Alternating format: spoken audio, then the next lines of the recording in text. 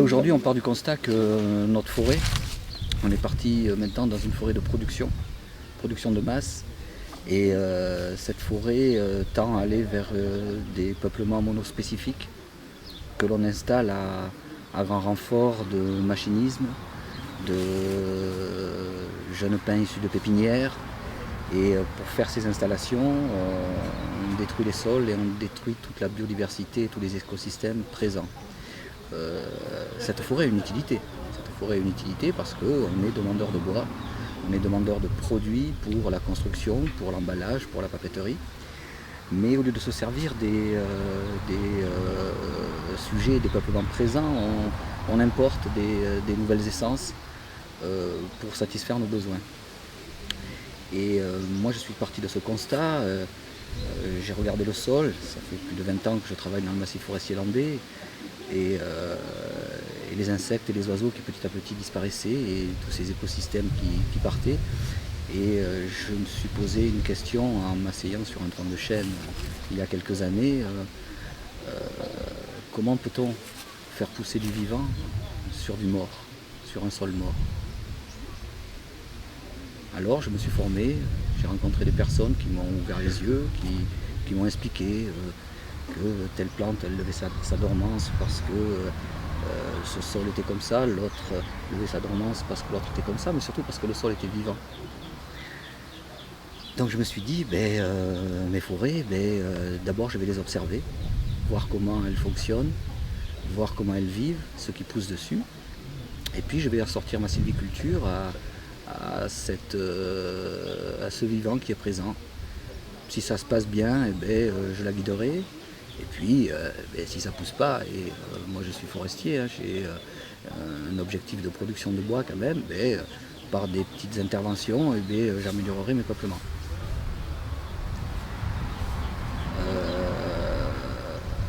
Aujourd'hui, il se trouve que ces forêts en mélange d'essence, en sylviculture irrégulière, montrent des accroissements et une productivité assez importante. Pourtant, pour certains, l'association d'un chêne pédonculé avec un pin maritime ne fait pas bon ménage. Parce qu'ils se gênent dans leur schématiquement, ils se gênent dans leur progression et dans leur avenir. Or sur le terrain, on se rend compte que pas du tout. On sait que maintenant, grâce à des travaux scientifiques, que les systèmes mycorhiziens, en interaction avec les racines, mais les systèmes mycorhiziens en synergie entre différentes essences, amènent un mieux et amènent du pouvoir à l'arbre. Donc, je me dis, je vais travailler là-dessus et voir évoluer cette forêt. Donc depuis les années 60, la sylviculture a évolué. On a mis en place des nouvelles méthodes pour installer de la monoculture. Et puis en 99, puis en 2009, on a eu des tempêtes assez catastrophiques au niveau des dégâts causés au peuplement forestier. Dégâts en partie liés quand même à la mise en culture de ces peuplements. On s'est rendu compte, après la tempête, en étudiant les peuplements qui étaient tombés, que proportionnellement en volume, ce sont des gros bois qui ont représenté le plus de volume, mais en surface, ce sont des petits bois qui sont tombés. Donc des bois où la mise en culture avait été différente. La mise en culture se fait maintenant avec du labour profond, à grand renfort de mécanisation, avec de l'engrais, avec des jeunes plants issus de pépinières dans le godet il y a quand même des néonicotinoïdes pour les protéger, des engrais, donc c'est des jeunes pins qui sont assez gonflés. La mise en culture fait qu'on les installe sur des sols qui sont très très meubles. Nous on est dans les Landes de Gascogne, nos sols sont des pozzoles, du sable quand même assez souple. Et ce jeune pin qui pousse n'a pas besoin de développer de gros pivots racinaires pour aller chercher sa nourriture, parce que déjà il l'a dans le godet, donc il va faire que des racines aériennes pour la plupart, et au moindre coup de vent, il n'a pas de stabilité. Alors ces vieux peuplements qui avaient été installés dans les années 60, 50, 60, eux souvent c'était de la régénération naturelle. Donc c'était issu de graines, et ces graines, pour commencer à vivre, il fallait qu'elles développent un pivot, il fallait qu'elles aillent chercher leur nourriture. Elles n'étaient pas dans les mêmes conditions de sol, quoi. Et donc il y avait une résilience, quoi. Et ces peuplements, ils étaient solides. Maintenant, beaucoup moins, quoi. Mais le massif forestier landais a été dédié à 2 ou 3 produits industriels, quoi. Donc du caissage, donc des caisses pour le vin, pour tout un tas de petits emballages, de la palette et du papier. Donc on n'a pas besoin de faire de bois de qualité. Tout le tissu industriel qui produisait du lambris, du parquet, avec nos gros bois de haute qualité en pain maritime, hein, qui faisait du lambris et du parquet de très bonne facture, a disparu. Le massif forestier landais est maintenant dédié à la palette et au papier. Donc la qualité en elle-même, ça n'intéresse pas. Et puis il y a aussi une volonté des investisseurs qui achètent des forêts, qui ont besoin de rentabilité. Ces forêts ne sont plus des forêts. Il faut dire les choses comme elles sont. C'est une agriculture industrielle de bois pour servir nos dessins. Tout ce qui est biodiversité, tout ce qui est respect des écosystèmes, et tout ça, c'est pour la majorité des coopératives, tout ça, c'est un petit peu de la poésie, quoi. Or aujourd'hui, on se rend compte que la biodiversité, les écosystèmes, face à tous ces changements globaux, hein, qu'ils soient sociétals, qu'ils soient climatiques, qu'ils soient économiques, qu'ils soient démographiques, la forêt, on en a besoin, quoi. Cette multifonctionnalité de la forêt, l'arbre c'est quoi et il fait quoi, quoi. Que fait-il, l'arbre? En premier lieu, il purifie l'air, il fabrique de l'oxygène, il fabrique de l'eau, et en ces périodes vraiment caniculaires, on se rend compte que c'est un super climatiseur aussi. Et puis la matière bois, c'est quoi en premier lieu quand tu vois un arbre? Un arbre, c'est une usine de recyclage de l'air. Puisque lui, il capte le CO2 et il le transforme. Donc on peut dire que tout ce qu'il a autour de lui, il n'est que carbone, ou beaucoup de carbone. Donc comment on pourrait se passer d'une usine de ce type en la coupant? Elle est gratuite, on n'a pas besoin de la construire. Elle est là pour notre bien.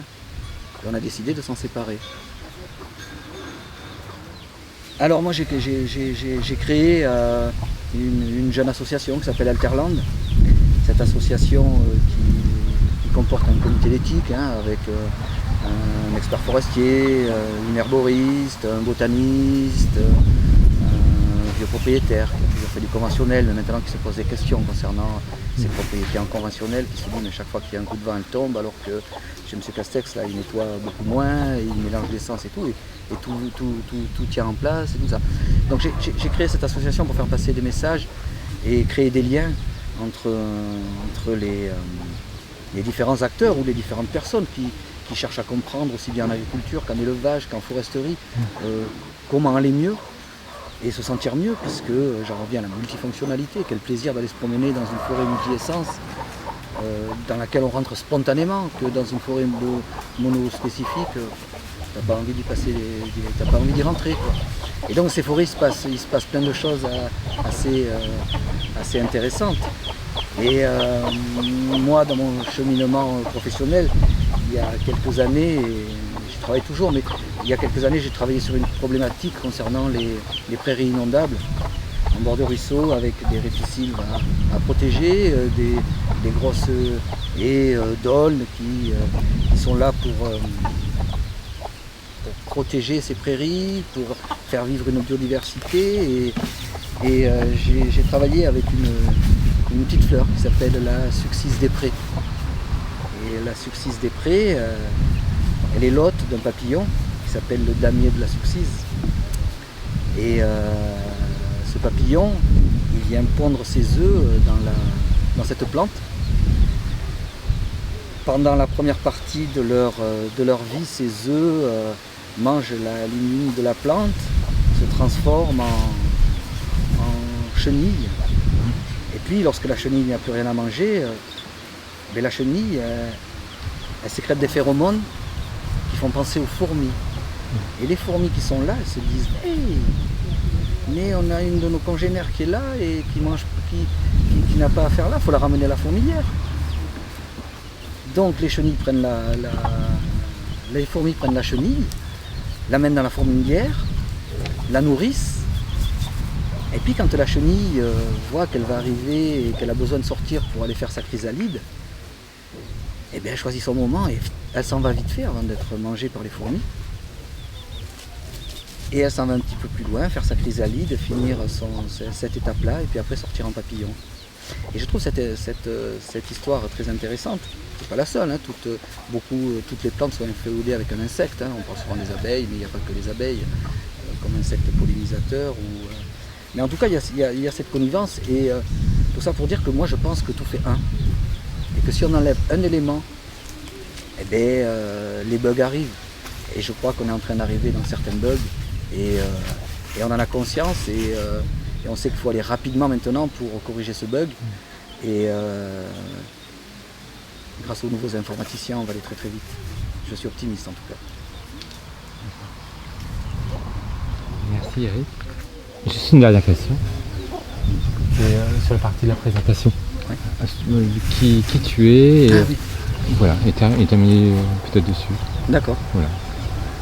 Je me dis mon nom comme il faut, tout comme il Voilà, faut. comme tu veux, mais voilà. Ou tu dis voilà Eric et puis je m'occupe. Voilà, D'accord, ok. Ça marche là? Ça y marche. D'accord. Ben moi je suis Eric, je suis forestier et gestionnaire forestier au cœur du massif forestier landais depuis un peu plus de 20 ans maintenant. Et petit à petit ma sensibilité c'est approcher du vivant. Donc moi je me suis formé aussi bien sur la partie gestion forestière, mais pas la gestion de masse, d'un peuplement en masse, mais de la gestion d'arbres. Savoir l'arbre qui il est, dans son groupe d'arbres qui il est, puisqu'on a souvent dans les groupes d'arbres un protecteur, un éducateur, un semencier, un arbre sénescent, et voilà, et cette notion d'arbre. Et qui m'a amené petit à petit vers le vivant. Et le vivant, ou le sol, c'est pas comme on a l'habitude de dire et de voir, le sol c'est la strate supérieure, non, le sol ça commence en dessous. Et tout part de là je crois. Et le vivant doit commencer en dessous. Et si on ne fait pas attention à ce vivant, c'est compliqué de faire pousser du vivant sur du mort. Moi je préfère faire pousser du vivant sur du vivant.